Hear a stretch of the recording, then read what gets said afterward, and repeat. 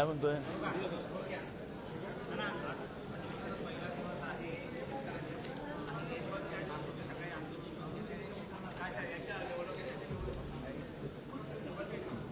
विरोधी पक्ष नेत्यांनी जो स्थगन आज शेतकऱ्यांच्या प्रश्नावर सभागृहात आणलेला होता, आपण पाहिलं की सरकार शेतकऱ्यांचं दुःख ऐकायलाच तयार नाही, समजायला तयार नाही आणि आम्ही कधी नव्हे एवढी मदत शेतकऱ्यांना दिली असं सांगून पुन्हा शेतकऱ्यांच्या तोंडाला पानं पुसण्याशिवाय दुसरं काही करत नाही असं चित्र आपण पाहतोय। खरं तर सरकार अगर गंभीर असतं तर आज विरोधी पक्षाच्या वतीनं जे स्थगन आणलेलं होतं त्याच्यावर सरकारने चर्चा घडवली असती असं आम्हाला वाटत होतं, पण सरकारने पुन्हा विधानसभेत आम्ही सगळ्यात जास्त मदत दिल्याचं जाहीर करून महाराष्ट्राच्या शेतकऱ्यांच्या जखमेवर मीठ चोळण्याचं पाप केलं असं म्हटलं तर हा आरोप नाही, ही वस्तुस्थिती आपल्याला पाहायला मिळणार आहे। आज हिवाळी अधिवेशनाचा पहिला दिवस, शेतकरी मोठ्या आशेनं या अधिवेशनाकडे लक्ष देऊन आहे। विदर्भातलाच यवतमाळ जिल्हा हा देशातला सगळ्यात जास्त शेतकऱ्यांचा आत्महत्या करणारा जिल्हा आहे देशातला।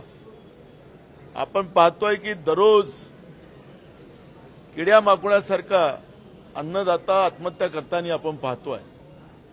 सरकार सांगतं की विदर्भावर चर्चा आम्ही करू, विदर्भाच्या अन्नदात्याबद्दलच सरकारला चर्चा करायला तयार वेळ नसेल, राज्यातल्या अन्नदात्याबद्दलच चर्चा करायला वेळ नसेल तर ही गंभीर बाब आहे। आणि सरकार विधानसभेमध्ये 14 कोटी लोकांचं विश्वास असलेला हा लोकशाहीच्या मंदिरामध्ये सरकार खोटं बोलतंय, पांडुरंगाच्या सामोरी सुद्धा हे सरकार खोटं बोलतंय, अशा पद्धतीचं हे सरकार आहे। आणि या सरकारचा अधिवेशनाची सुरुवात आहे। काल सरकार सांगत होते की कामकाज पूर्ण नाही झालं तर आम्ही अधिवेशन वाढवू। आता आपल्याला माहितीसाठी सांगतो की सोमवारी हे अधिवेशन चालू होईल, म्हणजे पुढच्या आठवड्यात, आणि पूर्ण कामकाजाचे दिवसच आपण पाहिले तर फक्त 5 दिवस आहे। हे 10 दिवसाचं अधिवेशन, आजचा दिवस गेला, उद्याचा दिवसही सुद्धा अशाच पद्धतीने सरकार गमवणार आहे। 2 दिवस असेच गेले, 5 आणि 2 7, आणि मग अशासकीय कामकाज 3 दिवसाचं झालं, सरकारचं कामकाज संपलं। खरे कामकाजाचे 5च दिवस या सरकारमध्ये आपल्याला पाहायला मिळणार आहे। आणि मग इथून आपला हा इथं पर्यटनाला जे सरकार आलेलं आहे, जनतेच्या पैशाची उधळपट्टी करायला आलेलं सरकार, हे विदर्भाच्या आणि महाराष्ट्राच्या जनतेच्या तोंडाला पानं पुसून जाईल अशाच पद्धतीची अवस्था आज आपल्याला पाहायला मिळते। सरकारला सद्बुद्धी मिळो आणि सरकार खरं सांगो, सरकारने शेतकऱ्याला मदत करायची की नाही करायची ते एकदा स्पष्ट करून टाकलं पाहिजे, पण नुसत्या घोषणा आता या ठिकाणी नसाव्यात, ही भूमिका आमची काँग्रेस पक्षाची आहे। नाना, हिंदी में जानना चाहेंगे,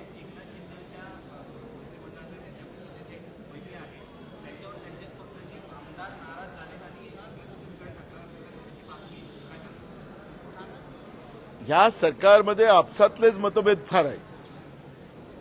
3 तिघाडा काम बिघाड असल्यामुळे या सरकारच्या मंत्र्यांमध्ये आणि सरकारच्या आमदारांमध्येच मतभिन्नता आणि मतभेद फार आहेत। त्यामुळे हे स्वतःच्याच पापानं पडणारं सरकार आहे। त्याच्यामुळे व्यक्तिगत एका दलाच्या आमदारांनी मंत्र्याबद्दलची आपल्याला या ठिकाणी नाही, सगळ्या सरकारबद्दलच ही भूमिका आहे।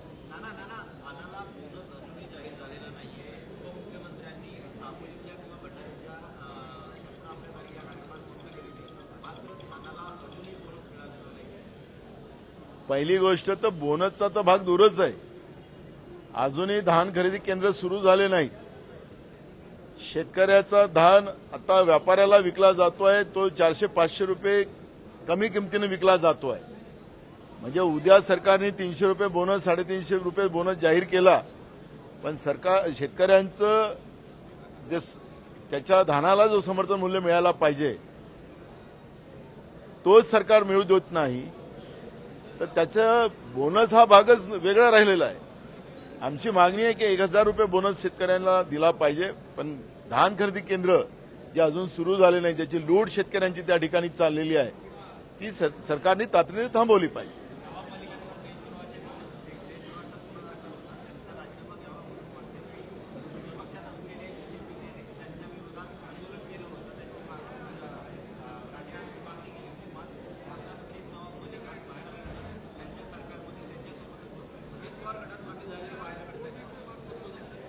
असं आहे की आणि मग तो शुद्ध होतो.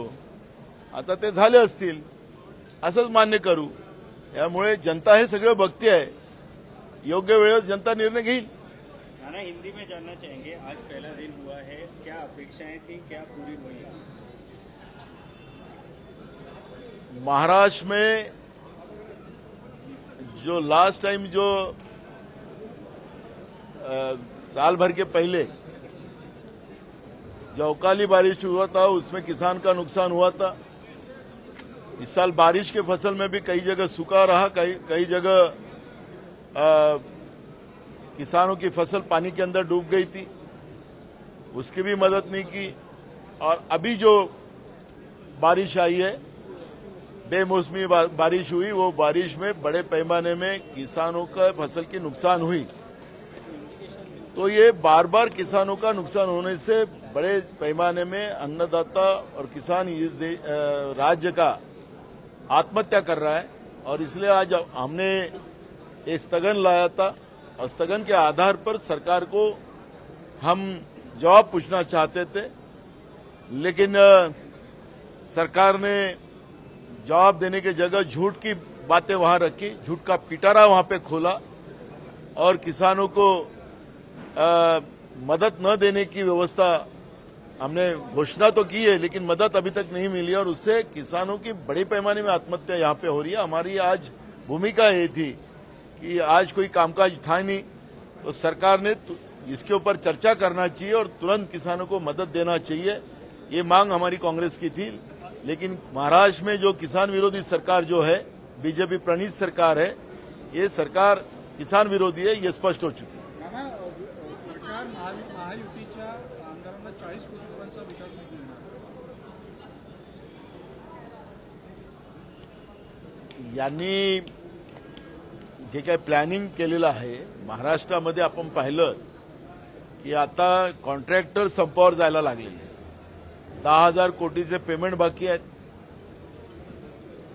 आपल्याला पाहायला मिळतं की निर्मल भवन मधून टेंडर मॅनेज केले जातात, अभाव टेंडर दिले जातात. मुंबई सारखे शहर आणि अनेक शहरांमध्ये आपण पाहतोय की कामं, त्या जी काही मर्यादा असते ते कामं संपवण्याची, त्या मर्यादेमध्ये ते कामं संपवले जात नाही. मग त्याचं पुन्हा रिटेंडरिंगच्या जागी त्याच कॉन्ट्रॅक्टरला पुन्हा रेट वाढवून ते कामं दिले जातात. आणि या पद्धतीनं मोठ्या प्रमाणात राज्याची तिजोरी लुटण्याचं काम राज्यातलं सरकार करते आहे. काल सरकार सांगत होती की आमच्याकडे अजून 1,20,000 रुपयापर्यंतचं लोन घेण्याची मर्यादा आहे. म्हणजे हे सरकार कर्जानी चाललेलं आहे, हे सरकारने काल मान्य केलेलं आहे. आता आमदारांना खुश करण्यासाठी ते जे काही पैसे त्यांच्या भागाच्या विकासासाठी दिले जाणार आहे असं ते सांगतात आहेत. आम्ही तर मागणी करणार आहोत की जे तुम्ही गेल्या काळात जे पैसे दिलेत ते खरेच कामं झालीत की नाही झालेत हे बघण्याची एक कमिटी आमदाराची महाराष्ट्र विधानसभेची बनवा. कारण की लोकांचे पैसे त्या देत असतील, महाराष्ट्रातच विकास होतो, त्याला काही आमचा विरोध नाही, पण संपूर्ण महाराष्ट्राचा विकास झाला पाहिजे ही पण मागणी आमची त्याच्यामध्ये आहे. विरोधी पक्षामध्ये असलेल्या आमदारांच्या भागात पैसे द्यायचे नाहीत, हे सरकारचं जे धोरण आहे हे अन्याय करणारं आहे. पण जे पैसे मागच्या काळात दिलेले या सरकारने आहेत ते कामं झालेत की नाही झालेत, की कागदावर झालेत, हे कामं तपासण्याची एक कमिटी विधिमंडळाची बनवावी ही मागणी आम्ही करणार. नाना, आज अधिवेशनाचा पहिला दिवस आहे, अशामध्ये एसआयटीच्या अधिकाऱ्यांचे नाव घेऊन कुठे ना कुठे आदित्य ठाकरे, मला हे कळत नाही, दर अधिवेशनाच्या काळात या पद्धतीनं विधिमंडळाच्या आमदाराला टार्गेट करून सरकार सत्तेचा दुरुपयोग करते असं मी म्हणेल ते वावगं ठरणार नाही. कारण की आदित्य ठाकरेंची बद्दलची जी भूमिका ही आजचीच नाही, तर गेल्या आता हे नागपूरचं अधिवेशन तर या सरकारचं शेवटचं अधिवेशन आहे. पुढचं नवीन सरकार येईल त्यांचं अधिवेशन मग नागपूरला येईल. तर मला आठवतं की प्रत्येक अधिवेशनामध्ये हा विषय अधिवेशनाच्याच काळात येतो आहे. तर म्हणजे हे सरकार विरोधकाला घाबरतं आणि म्हणून तुमच्यावर एसआयटी लावू अशी भीती निर्माण करण्याचं पाप तर हे सरकार करत नाही ना, असा प्रश्न या ठिकाणी निर्माण होतो आहे. त्याच्यामुळे सरकार आपल्या सत्तेचा दुरुपयोग करते असं आम्हाला म्हणावं लागेल. हिंदी में बताइए, एसआईटी की जांच करने वाली है सरकार, क्या कहे? आदित्य ठाकरे के बारे में बार बार जब भी ये विधानसभा का सेशन शुरू होता है तब उसी समय में इस तरह की अफवाहें उड़ाई जाती है और सरकार अपोजिशन को घबराती है. हमारे बारे में सवाल नहीं पूछे जाए इसलिए अपोजिशन को किसी को तो टारगेट कर कर इस तरह का माहौल बनाने का काम वो करती है. सरकार डरती है अपोजिशन को और सरकार खुद भ्रष्टाचारी सरकार है और सरकार जो कुछ कर रही है, आज किसानों की आत्महत्या हो रही है, तो यही सरकार कह रही थी कि हम जीरो आत्महत्या का महाराष्ट्र बनाएंगे. तो इनकी सरकार आने के बाद तो आत्महत्या बढ़ती गई है. तो किसानों की आत्महत्या की जवाबदारी ये सरकार की, क्या इनके ऊपर 302 के गुने दाखिल हो गए? ऐसे कई सवाल हम पूछेंगे. इसलिए सरकार ने डराने की बात छोड़ो, जनता के प्रश्न ये यहाँ पे कैसे छूटेंगे, लोगों को हम कैसा न्याय देंगे, इसके आधार पर विधानसभा में चर्चा होकर न्याय देने का काम हम लोगों ने करना चाहिए.